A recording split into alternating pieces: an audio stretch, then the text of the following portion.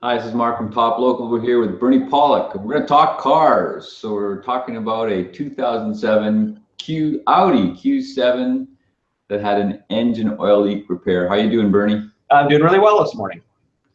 So what was going on with this Audi SUV?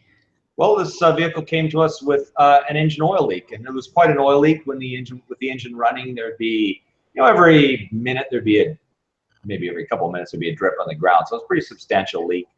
Did a diagnostic, and we found that the leak was coming from the upper engine oil pan. Okay, that sounds like a pretty serious leak and problem. What was involved in fixing it? Well, there was a lot involved, and actually, you're right. It is a pretty serious leak. Serious in terms of the complexity of the leak and also the complexity of the repair. The upper oil pan basically requires removing the engine from the vehicle and dismantling an awful lot of the engine just to take the oil pan off to make the repair. Okay, that sounds a little extreme. Is the oil pan gasket a typical gasket that seals the entire bottom end of the vehicle? No, it's a little different, and this is kind of common on modern engine technology. The parts are aluminum, so they fit the pan together with usually a high quality. I wouldn't call it silicone, but it's like a silicone type sealer. It's a form of gasket material, and then in any areas of crucial oil flow, they'll put O-rings. So there's 4 O-rings, and then the rest of it is this silicone type sealer, special sealer. Which they use in a number of gaskets. The timing chain covers, the lower oil pan is the same thing. But that's how most modern engines are sealed nowadays. The typical big, huge, gasket, or well, in the olden days, like a cork gasket, those are long gone now. So does it really need to be so complicated? Well, I don't know if it needs to be, but it is. And when you're driving an Audi, people buy them because you want the performance, you want the fuel economy. And just the way modern, and of course with emissions on engines, it's just created a storm of complication. But I mean, the good news is you can hop in your vehicle stone cold, it runs great, works perfectly. The performance cold and hot is the same, whereas go back 20, 30 years ago, with carbureted engines, you'd be stalling and stumbling and, until the engine warmed up. So not to mention the amount of pollutants you put out. So there's a lot of complexity. I'm going to share some photos here. We've got lots of them to look at. So let's start with, here's our oil leak. You can see that okay, Mark? Yep. Perfect. Okay, so this is a view of the bottom of the engine. Looking up, this area over here, this is the crankshaft pulley and this serpentine drive belt. And right where the red arrow is pointing, that's where our oil leak was coming from. So this assembly right here, this is the upper engine oil pan. And down here is the lower oil pan.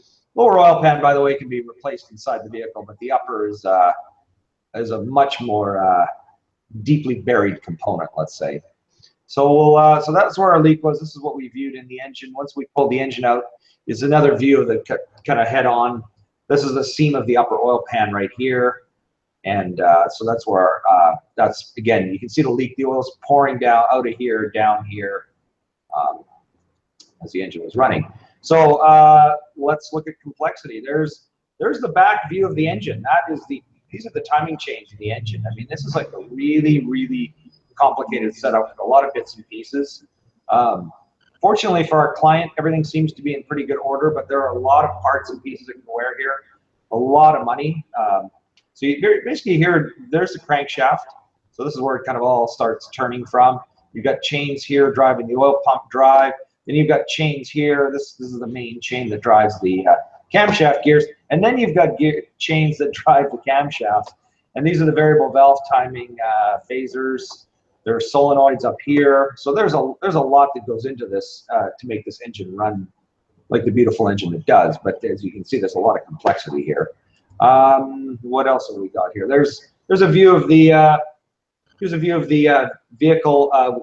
To pull this engine out, you basically pull the whole front cradle out with the transmission, the transfer case, and the engine. So that's the assembly sitting on jack stands after it's removed, and the body of the vehicle is sitting up above. Almost looks somewhat like our Ford 6-liter type of jobs that we do. Now, one comment. So here's our lower engine oil pan.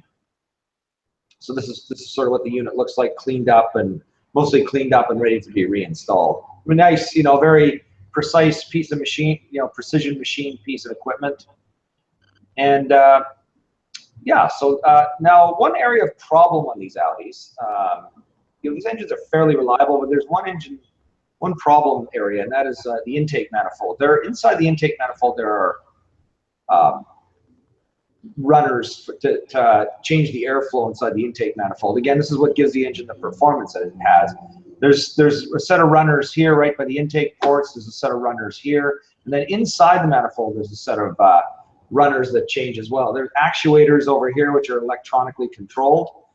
And when we took this manifold out, there was actually some broken pieces that fell out. Unfortunately, they never fell into the engine. We'll be able to retrieve them. But this is part of the flapper inside the manifold that's broken. Now, this is actually a fairly common breakage problem on these engines. Sometimes it can result in pieces actually falling into the engine and causing problems. So this is something we'll have to address with this repair.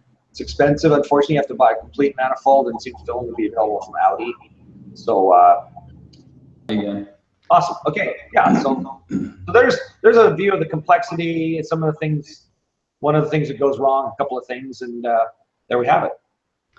So looking at the back end of that engine kind of reminded me of a throwback to looking at an old V12 Ferrari engine with dual overhead cams. Yeah. Same complexity. You don't need. You can have that same level of complexity even in a Kia nowadays. So how are these vehicles overall? They're pretty good. I mean, it's an Audi. It's more expensive to maintain, of course. There's things that wear out that faster than you'll find on a lot of other cars. It's big. It uses a fair bit of fuel. Very nice vehicle. Overall, pretty reliable, but there are some areas of issues, and we're going to discuss that in a future hangout. All right, so we've been talking with Mr. Bernie Pawlik, Pawlik Automotive in Vancouver. If you need service on your Audi from experts who know what they're doing. So we're Pawlik Automotive, 604-327-7112, or check out their website, pawlikautomotive.com. Thank you. Thanks, Mark.